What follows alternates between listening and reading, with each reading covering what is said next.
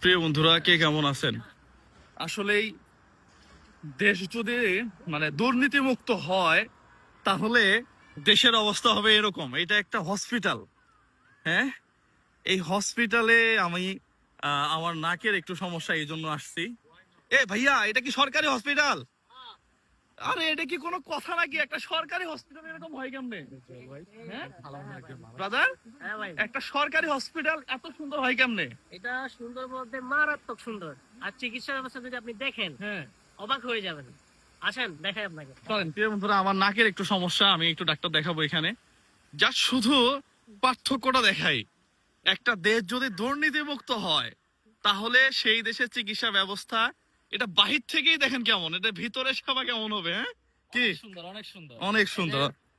মানসম্মত চিকিৎসা যদি পেতে চান তাহলে China I think always best. চায়নাতে চিকিৎসা ব্যবস্থা অসম্ভব সুন্দর।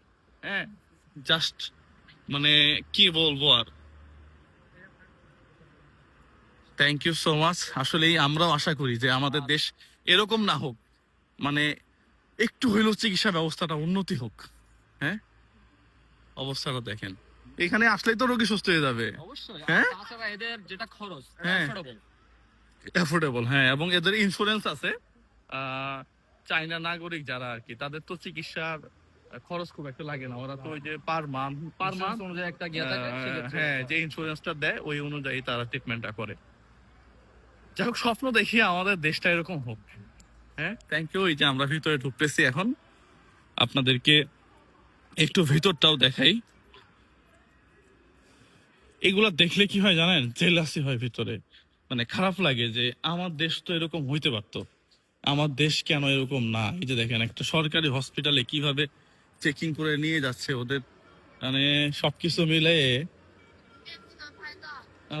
ওকে, দেখছেন অবস্থা কি সুন্দর, আসলে অন্যরকম সুন্দর। দেখেন রিসিপশন গুলা দেখেন। হ্যাঁ, মনে হচ্ছে যে বাংলাদেশে অ্যাপোলো ইউনাইটেড এর চেয়েও সুন্দর। হ্যাঁ, থ্যাংক ইউ।